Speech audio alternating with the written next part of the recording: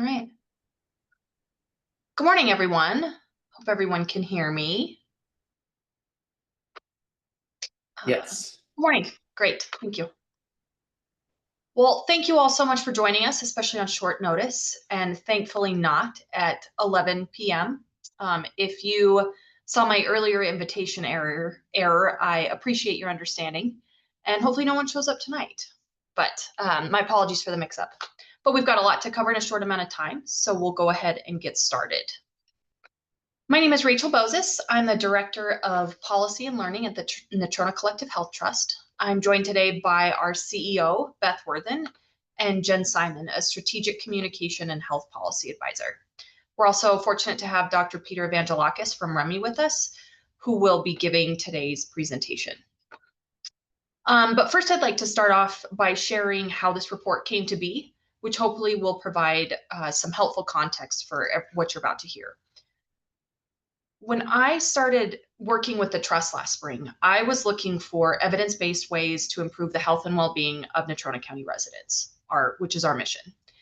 Jen Simon discovered the Cone Report from North Carolina, which outlined county by county how improving access to healthcare coverage by expanding Medicaid would grow jobs, GDP, and personal income across North Carolina. After that report was released in 2019, policy leaders, businesses, and communities used that data to inform decisions that ultimately improved both health and local economies. Turns out that kind of research has been done elsewhere, including in lower population Western states that are a lot more similar to ours. For example, the Montana Healthcare Foundation and the Montana Budget and Policy Center have both produced strong evidence of Medicaid's beneficial economic impact on Montana. So naturally, we wondered, would this also be the case here in Wyoming? But with just one very busy university and no homegrown think tanks, that empirical scientific analysis didn't exist for our state. This left a significant knowledge gap, a gap critical to advancing health and well-being. So we wanted to find a way to fill it. At the Trust, we use our resources to empower organizations and individuals to improve lives. And that includes making sure nonpartisan, objective, data-driven information is available. Of course, we're not alone in this mission. The Trust is fortunate to work alongside funding partners who share our commitment both to health and informed decision-making. The Wyoming Community Foundation, the Wyoming Hospital Association, the American Cancer Society, and Banner Wyoming Medical Center also recognize the need for localized economic research on Medicaid. Just as important was working with the right research partner.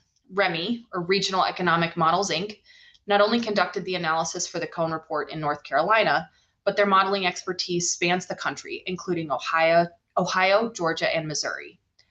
REMI is a trusted, nonpartisan firm with a history of working in Wyoming, including performing analyses for our legislature, testifying before our lawmakers, and collaborating with Wyoming partners on other complex issues. With these partnerships in place, we were able to ask for, and for the first time answer, in our own very unique, very Wyoming way, what is the economic impact of Medicaid coverage in Wyoming? REMI accounted for our vast rural geography, low population density, and the reality that our metropolitan areas are Cheyenne and Casper. To better reflect regional differences, the study was modeled using Wyoming's 9 judicial districts rather than a statewide or a county-by-county approach. Another distinguishing feature of our study is that REMI's analysis looked at both a hypothetical Medicaid expansion and the economic impacts of what was then proposed and has now been enacted cuts to federal Medicaid funding. Today with you all, the Trust, along with our partners at the Wyoming Community Foundation, Wyoming Hospital Association, American Cancer Society, and Banner Wyoming Medical Center, are excited to share REMI's findings of this first of its kind economic analysis. We're especially proud of this work because it provides people, whether they're policymakers, business owners, or families, with the kind of reliable information they need to make informed, data-driven decisions about their health. Before we dive into those findings, I'll share a quick overview of how today's session will run. Dr. Evangelakis will present for about 20 minutes, and then we'll have around 5 minutes for questions. Given our tight timeline, we'll hold all questions until the end of his presentation. Dr. Evangelakis has generously agreed to stay a few extra minutes if necessary, but we'll stay mindful of everyone's time and aim to wrap up in 30 minutes. With that, I'll introduce the study's author. Peter Evangelakis, PhD, is Senior Vice President of Economics and Consulting at REMI. Since joining the firm in 2017, He has led a wide range of consulting projects, authored published papers, managed REMI's team of economists and analysts, supported clients with technical expertise, contributed to software development, delivered presentations nationwide, and supported business development from REMI's Washington, D.C. office. REMI has conducted Medicaid-related research in nearly 20 states. Since 2018, Dr. Evangelakis has authored Medicaid consulting reports for Missouri, Georgia, Ohio, North Carolina, and now Wyoming. The firm also has deep experience in Wyoming, having worked with the Department of Administration Information and the University of Wyoming. Dr. Evangelakis has testified twice before the legislature's Joint Revenue Committee and presented at the State Treasurer's Annual Conference and the Greater Cheyenne Chamber of Commerce and other events, including several attended by Governor Gordon. He holds PhD and master's degrees in economics from the University of Chicago and a bachelor's degree in economic and mathematics from Swarthmore College. I'll turn it over to him. Great, thank you so much, Rachel. Very, very happy to be here to present REMI's results on this report. I'm going to go ahead and do a screen share.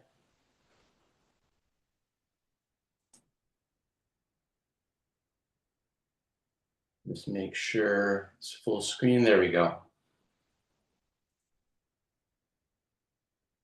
Excellent. So as Rachel mentioned, REMI was I think originally hired to look at Medicaid expansion. Current events took over, and it became very important to look at the cuts as well. And so we expanded the scope. So we were looking at the Medicaid cuts from the One Big Beautiful Bill Act, as well as a hypothetical expansion.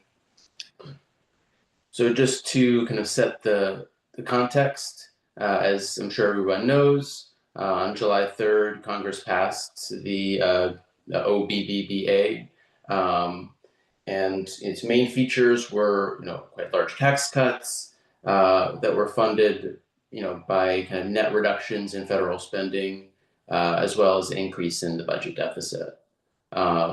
And a significant portion of this federal spending cuts, there were some increases as well, but in terms of the cuts, a large portion of those did come from Medicaid through several different mechanisms. And in total, over the 10-year kind of scoring period, estimated to be reduced by about $1 trillion. And the CBO further estimates that the bill would leave almost 12 million people without health insurance as of 2034, relative to their prior baseline estimate. A lot of that is from Medicaid, some of it is from other provisions. So that's the piece on cuts. Then kind of the last two bullets here are about where kind of we started this project and where we were kind of aiming, and is what would expansion have looked like? So of course, under the ACA, states were allowed to expand their Medicaid coverage to adults with incomes up to 138% of the federal poverty line, with the federal government covering most of it. As of 2020, that percentage leveled off at 90%. And in 2021, the American Rescue Plan did offer some additional incentives for states to expand, with a 5% additional match for the existing population, not the expansion population, for existing enrollees kind of during the first 2 years. So we looked at the cuts that were passed, as well as the hypothetical expansion. And just to say, Rachel mentioned this, REMI has had a lot of experience. I personally have had a lot of experience over my, roughly 8 years with the firm in looking at Medicaid. Most of those studies have been looking at Medicaid expansion. The Ohio study that's noted here, as well as this study, obviously are much more current, and so are looking at the potential cuts in Medicaid. And with that, we'll talk about the two scenarios we looked at, and then at the end we'll have a slide that does a comparison of kind of the two scenarios against each other. At first we'll just look at the two scenarios kind of in isolation relative to kind of a business as usual forecast where there's neither cuts nor expansion, And then at the end, we'll look at the comparison of the cuts to what could have been under expansion. So we looked at a 5-year window starting in 2026 through 2030. We looked at kind of worst case Medicaid cuts. At the time of the analysis, the bill had not passed yet, and so we just had an estimate. And so we weren't sure exactly where it would land. We thought that our estimate would be the worst case. It actually turned out that the cuts were a little bit bigger, but this should still give us a good sense of what the impacts will be. And then we looked at Medicaid expansion. In order to do this analysis, REMI, we used our proprietary PI Plus economic modeling software. It's a dynamic model, so it allows us to look at impacts over time at the regional level. So here, again, Rachel mentioned kind of the geographical breakout, but it's a robust kind of economic model that incorporates kind of basic kind of economic relationships like supply chains, but also kind of economic behavior like the movement of population in response to economic outcomes, how people's consumption patterns change with income and prices, and many other factors. And it also accounts for kind of the geographical implications on the economy. So it's a robust kind of multimodal kind of economic model that tries to capture as robustly as possible what might happen under policy scenarios such as the ones that we looked at. So as Rachel mentioned, we used a judicial district level economic model of the state. This is a map here of the districts, and I'll note District 1, Laramie County, and District 7, Natrona County, obviously, kind of representing where Cheyenne and Casper are located respectively, and those do make up the metro areas that we'll talk about when we look at the results. So just to set the approach that we took for each of these scenarios. For the Medicaid cut scenario, we looked at the direct impact of that kind of in an economic sense, just to make sure that it's clear. We did the economic study. There are obviously many other implications of this type of bill. We focused on the economics. So in terms of the economics, the direct impact was going to be a loss in revenue for healthcare providers. As I mentioned, we did use that kind of older estimate of $880 billion in total cuts. And obviously the total is a bit larger than that. It's in the right ballpark. We did scale that down, of course, to match the Wyoming's proportion of, I believe, we used the 2023 numbers to kind of scale down what the cuts would be for Wyoming specifically. And then we used both some of our, in-model baseline forecasts, as well as data and estimates from various reports from the Wyoming Department of Health, in order to distribute those impacts across the 5-year period, as well as across 3 different healthcare sectors. Ambulatory healthcare, which is largely speaking an outpatient, doctors, dentists, etc. Hospitals, obviously inpatient care, as well as retail trade, which is here meant to capture, mainly people going to buy, buy things at the pharmacy. And so we captured the hits to revenue across those 3 sectors. So the results that we found here, on the left, you get a little bit more of a summary. We see kind of, we're looking at an average annual impact. It is a dynamic model. Year to year, the impacts are going to evolve as the economy evolves. And of course, the forecast isn't a static one either in terms of the cuts. So we kind of summarize everything with kind of average annual impacts. You can think of that as kind of representative, a representative year's impact. And so we see, just under 200 jobs lost. And I should say here, it may be that the jobs are actually lost, or it may just be that going forward, there's maybe not as much hiring as there might have been otherwise. That's something that that we can, if there are any questions about that, happy to address that. But you're really comparing two different worlds, one without the cuts and one with the cuts. And so there's just roughly 200 fewer less jobs than there would have been without the cuts. There is a hit to GDP of about $28 million annually, and a hit to disposable income of about just under 15 million. And if we scale that down, it's between $50 and $100 per household, I believe, in terms of disposable income. In the tables, in the table on the right, we've broken out. Obviously, you can look at the annual impact, but we've also broken out some of the key industries. And I just wanted to note, obviously, a large fraction of the impacts are on healthcare industry. So you can see, here the ambulatory healthcare services is at the top of the list. You do see hospitals. A portion of the retail trade numbers are also healthcare related, as I mentioned. Spending at the pharmacies for prescription drugs.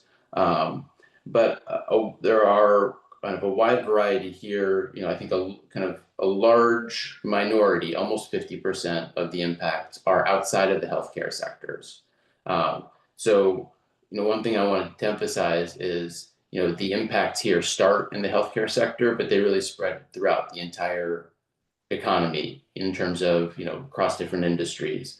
And that's because, for example, we look at construction. If there's less economic activity, there's less need for investment, and investment draws on construction primarily.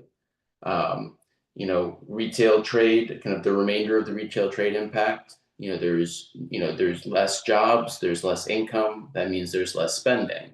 And so that's going to hit the retail trade sector. We see administrative and support services being affected. That's kind of a large, commonly kind of a supply chain industry for a lot of sectors. And so you see supply chains being hit as well. So there are a variety of different ways in which the hits to healthcare providers kind of spiral out into the rest of the economy. And then, the other way in which the impacts are spread out is geographically. And in this table, we have just the average annual impacts, and kind of in the rows we have each of the judicial districts, and then across the top we have each of the the four metrics that we looked at. And so here, along the top line, you can see the same numbers that you saw in the previous table, and then you can see the impacts for the judicial districts below that. And so, as I mentioned before, District 1 and District 7, have the largest impacts. They are the metro areas, but there are significant impacts across the state, even in the other 7 districts that that are kind of outside of the metro areas.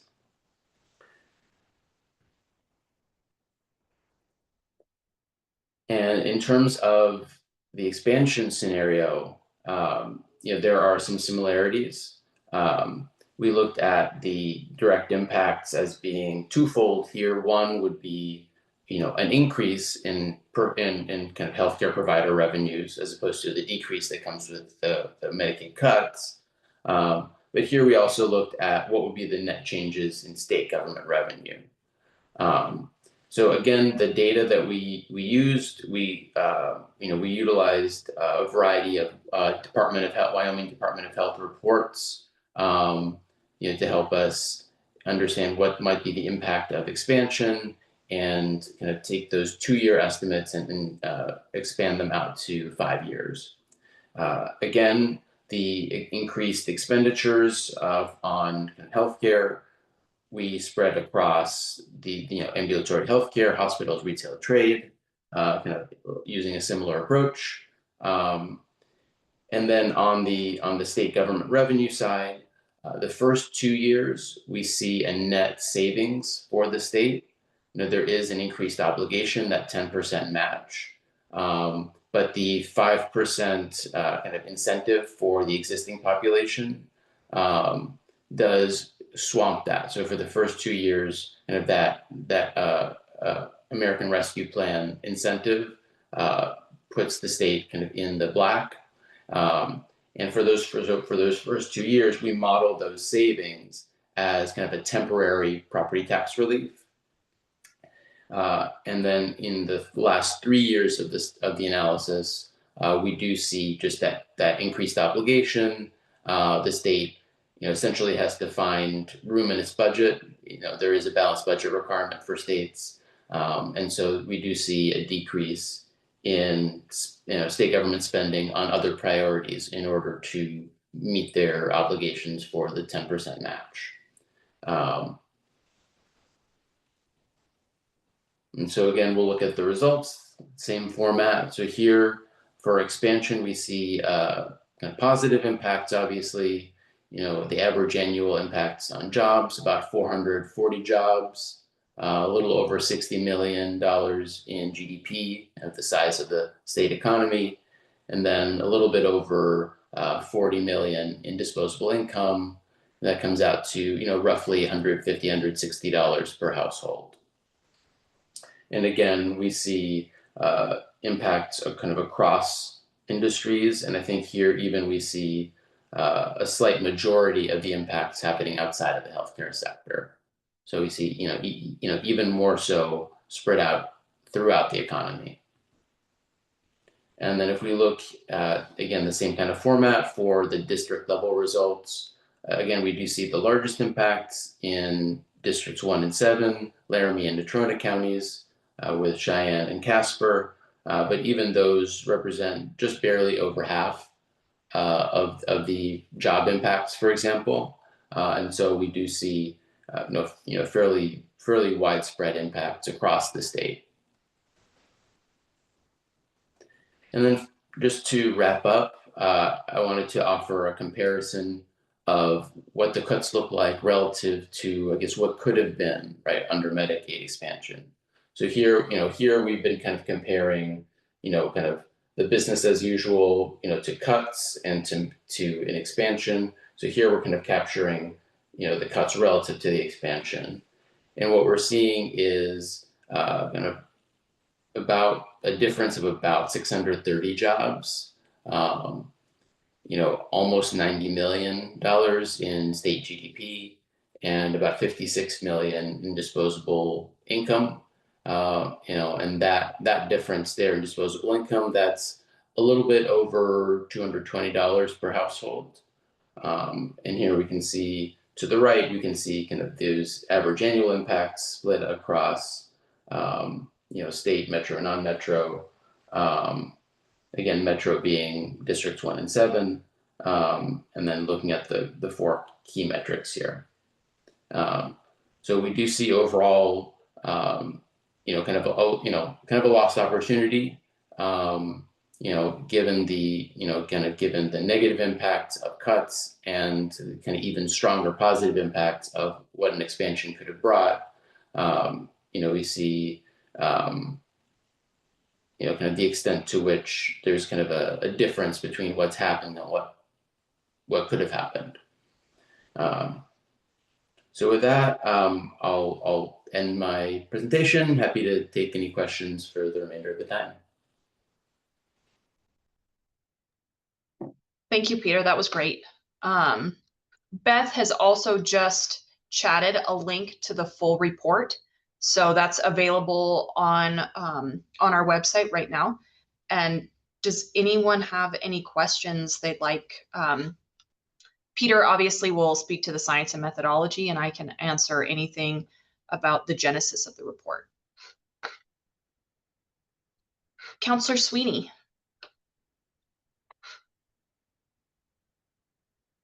I think you're on mute.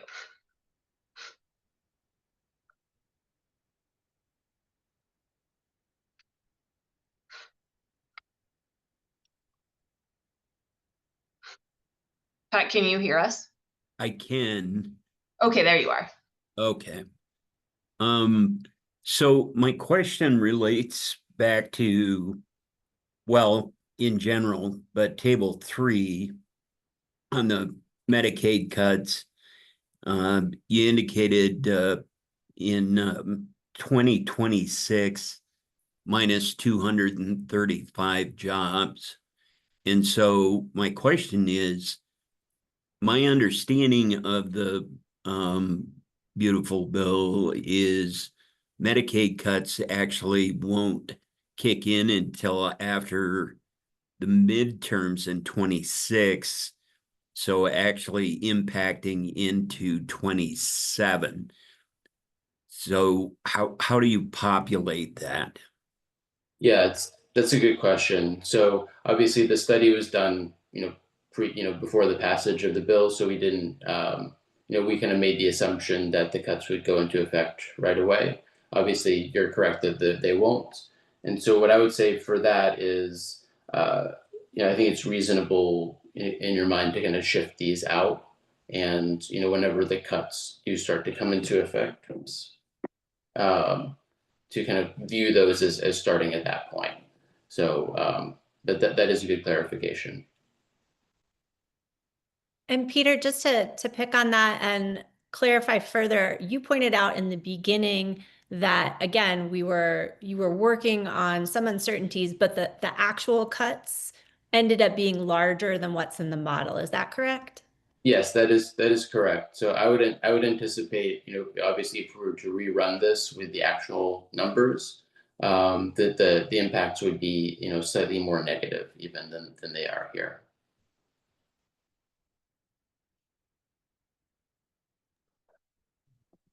Thank you, Pat. Does anyone else have questions? Do you have another one? I do. So what, I'm just curious, what would it cost? And I really appreciate all of this information. Do you know what it would cost us to actually push out those effective dates so into the model, so that when we go to talk about this information, it's further clarified? Certainly. I mean, I'll maybe let the Natrona folks speak to this, just because I don't want to kind of step on the scope of a project, but happy to discuss how to kind of maybe communicate this, kind of given the timeline shifted from what we anticipated in the report to what actually happened. Yeah, this report ended up being much different than what we initially expected it to be. And so the scope did change. Pat, we hadn't talked about any sort of additional modeling after the bill was passed. But that's something that we can explore if we think that there's an appetite for it. Jen, do you have anything to add to that? I think that's exactly right. And I think that, again, the modeling that REMI has done is so precise, but also predicated on a very tumultuous and volatile situation. And so the inputs are always going to be, as Peter said, a little bit not specific, since we were looking at a hypothetical as we started.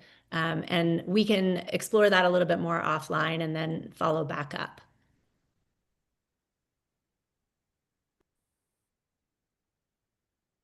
We are at our time. Does anyone else have questions?